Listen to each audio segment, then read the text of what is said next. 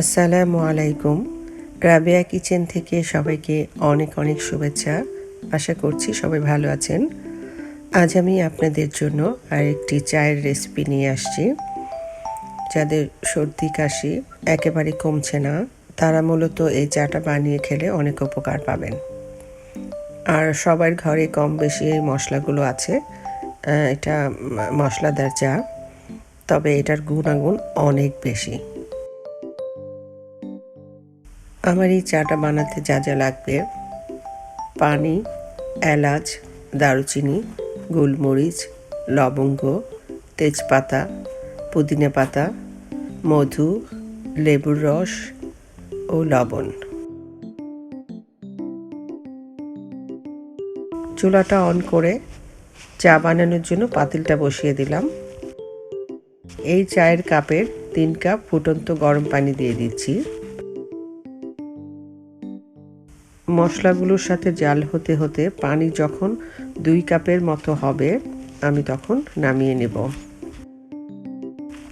অর্থাৎ 2 কাপ চা হবে এখানে। এই মশলাগুলো এখানে আমি নিয়েছি: লবঙ্গ 10-12টি, এলাচ 10-12টি,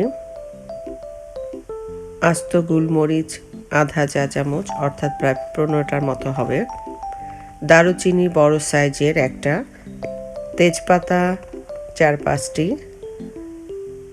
পুদিনা পাতা ছোট পাতা এখানে 10-12টি, আর দেব লেবুর রস।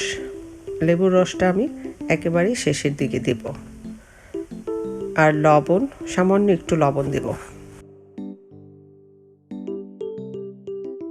পানি ভালো করে ফুটে উঠেছে, দিয়ে দিচ্ছি লবঙ্গ,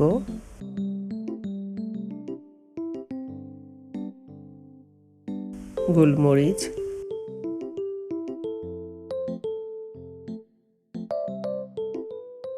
এলাচের মাথাটা খুলে দিব,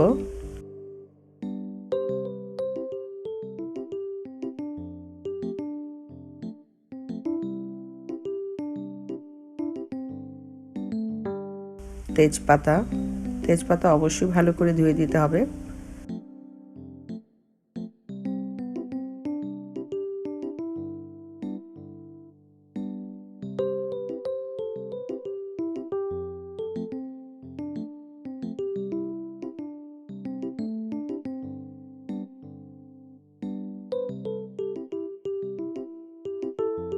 পুদিনা পাতা, দারুচিনিটা আমি ভেঙে ছোট ছোট টুকরা করে দিচ্ছি।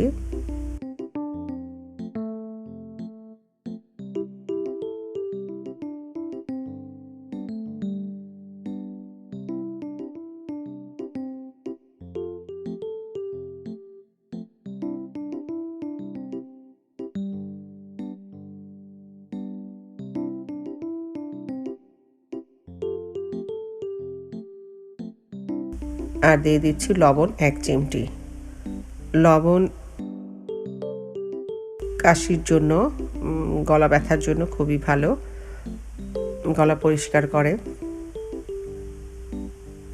ভালো করে নেড়ে চেড়ে দিচ্ছি।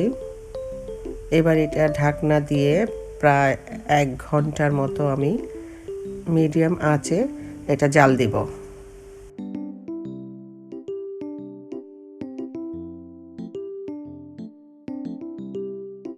অনেকক্ষণ জাল হওয়ার ফলে সব মশলার নির্যাস পানির সাথে ভালো করে মিশে চায়ের আকার ধারণ করেছে এবং পানি শুকিয়ে প্রায় 2 কাপের মতো হয়ে আসছে।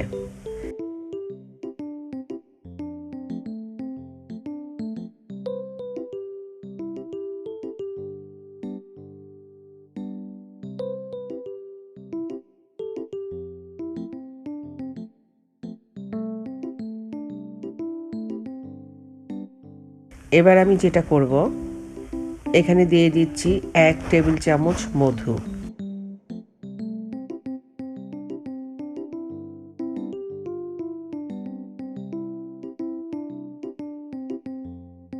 আর দিয়ে দিচ্ছি 1 টেবিল চামচের মতো লেবুর রস।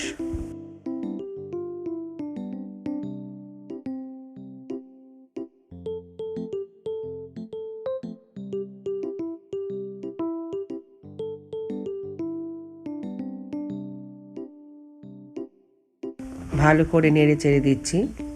চুলাটা অফ করে দিলাম। হয়ে গেল আমার হানি অ্যান্ড সিনেমন টি। এবার একটা ছাঁকনির সাহায্যে চায়ের কাপে ছেঁকে নিচ্ছি।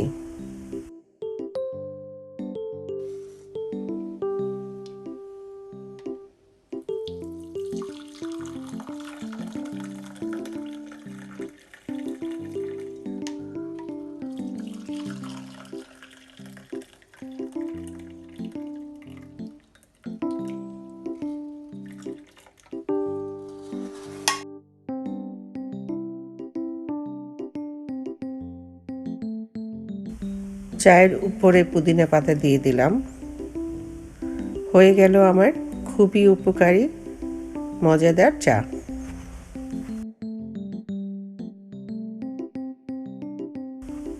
যদি আপনারা এই চাটা পরিমাণে কম বানাতে চান, অর্থাৎ 1 কাপ যদি বানান, সেক্ষেত্রে পানি 1.5 কাপ পানি দিবেন আর অন্যান্য সব মশলার অর্ধেক।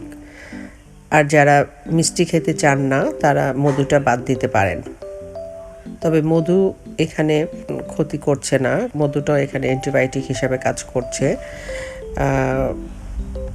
তারপরে যাদের ডায়াবেটিস বা একেবারেই মিষ্টি খান না তারা এটা অ্যাভয়েড করবেন।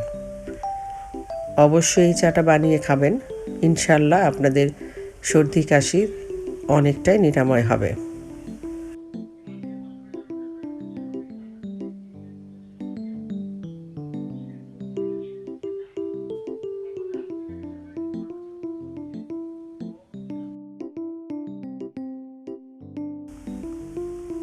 আমার বিশ্বাস আমার আজকের এই রেসিপিটি আপনাদের অনেক উপকারে আসবে এবং ভালো লাগবে।